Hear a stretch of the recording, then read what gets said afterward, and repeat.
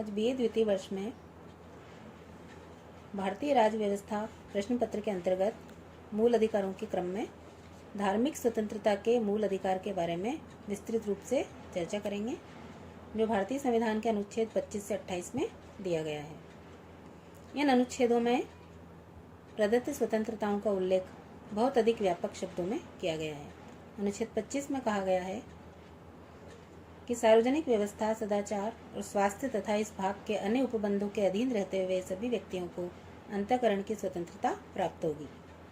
अनुच्छेद 25 में कहा गया है कि सार्वजनिक प्रकृति की हिंदू धार्मिक संस्थाओं, मंदिरों तथा अन्य स्थानों में हिंदू समाज के सभी वर्गों को समान रूप से प्रवेश का अधिकार होगा। इसी क्रम में अनुच्छेद 26 में कहा गया है कि धार्मिक मामलों का प्रबंध करने की स्वतंत्रता अनुयायियों को प्राप्त होगी। अनुच्छेद 27 में कहा गया है कि धार्मिक व्यय के लिए निश्चित धन पर कर की अदायगी से छूट भी दी जाएगी। अनुच्छेद 28 में कहा गया है कि राजकीय शिक्षण संस्थाओं में धार्मिक शिक्षा निषिद्ध रहेगी। इसी क्रम में पांचवा मूल अधिकार संस्कृति और शिक्षा संबंधी अधिकार है, जिसका भारतीय संविधान के अनुच्छेद 29 और 30 में उल्लेख किया गया है। अनुच्छेद 29 के अनुसार नागरिकों के प्रत्येक वर्ग को अपनी भाषा, लिपि या संस्कृति सुरक्षित रखने का पूर्ण अधिकार प्राप्त रहेगा। अनुच्छेद 30 के अनुसार धर्म या भाषा पर आधारित सभी अल्पसंख्यक वर्गों को अपनी रुचि की शैक्षणिक संस्थाओं की स्थापना करने और उनके प्रशासन का अधिकार होगा। इसी क्रम में भारतीय संविधान में संवैधानिक उपचारों का मूल अधिकार दिया गया है, जो कि अनुच्छेद 32 में वर्णित है। संविधान में मूल अधिकारों के उल्लेख से भी अधिक महत्वपूर्ण बात उन्हें क्रियान्वित करने की व्यवस्था है, जिसके बिना मूल अधिकार अर्थहीन सिद्ध होंगे। संविधान निर्माताओं ने इसी उद्देश्य से संवैधानिक उपचारों के अधिकारों को भी संविधान में स्थान दिया, जिसका तात्पर्य यह है कि नागरिक अपने अधिकारों को लागू करने के लिए सर्वोच्च न्यायालय तथा उच्च न्यायालयों की शरण ले सकते हैं। सर्वोच्च न्यायालय और उच्च न्यायालयों के द्वारा नागरिकों के मौलिक अधिकारों की रक्षा के लिए निम्नलिखित 5 प्रकार के लेख भी जारी किए जा सकते हैं, जिनमें पहला है बंदी प्रत्यक्षीकरण, दूसरा परमादेश, तीसरा प्रतिषेध, चौथा उत्प्रेषण, पांचवा अधिकार पृच्छा।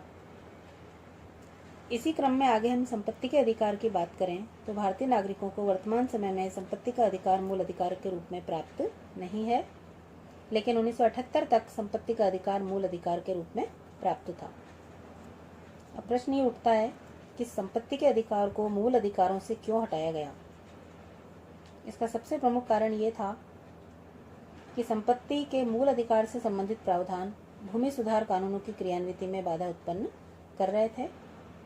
जब इन संवैधानिक संशोधनों के बावजूद भूमि सुधार कानूनों की क्रियान्विति में बाधाएं बनी रही, तब 44वें संवैधानिक संशोधन 1979 के आधार पर संपत्ति का अधिकार एक मूल अधिकार नहीं रहकर केवल एक कानूनी अधिकार रह गया और संपत्ति के अधिकार के संबंध में वर्तमान में जो स्थिति है, इसके अनुसार इसको मूल अधिकारों की सूची से हटाकर अनुच्छेद 300 क में एक कानूनी अधिकार बना दिया गया।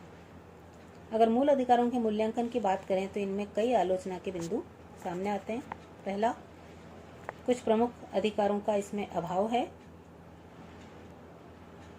जैसे काम करने का अधिकार, कुछ परिस्थितियों में राज्य से सहायता प्राप्त करने का अधिकार, रोजगार का अधिकार और आवास का अधिकार। दूसरा जो आलोचना का आधार है कि भारतीय संविधान में उल्लेखित जो मूल अधिकार हैं, उनके साथ इतने अधिक प्रतिबंध लगा दिए गए हैं कि व्यक्ति को मूल अधिकारों से क्या मिला ये समझ में नहीं आता। तीसरी जो आलोचना की प्रमुख बिंदु रेखा है, वो है संविधान के द्वारा संकटकालीन परिस्थितियों में कार्यपालिका को मूल अधिकारों के स्थगन का जो अधिकार दिया गया है, संकट काल के अतिरिक्त सामान्य परिस्थितियों में भी निवारक निरोध की जो व्यवस्था की गई है, वो कटु आलोचना का विषय रही है। इस प्रकार से आलोचनाओं के बावजूद भी हम निष्कर्ष रूप में कह सकते हैं कि मूल अधिकारों के स्थगन की व्यवस्थाएं कुछ सीमा तक राष्ट्रीय सुरक्षा के हित में आवश्यक होने पर भी इस बात से इनकार नहीं किया जा सकता कि भारतीय संविधान में राष्ट्रीय सुरक्षा की दृष्टि से आवश्यकता से अधिक सावधानी बरती गई है। ऐसी स्थिति में मानवीय स्वतंत्रता और अधिकारों की रक्षा के लिए स्वयं व्यक्तियों और न्यायालयों के द्वारा पर्याप्त सजगता का परिचय दिया जाना चाहिए। धन्यवाद।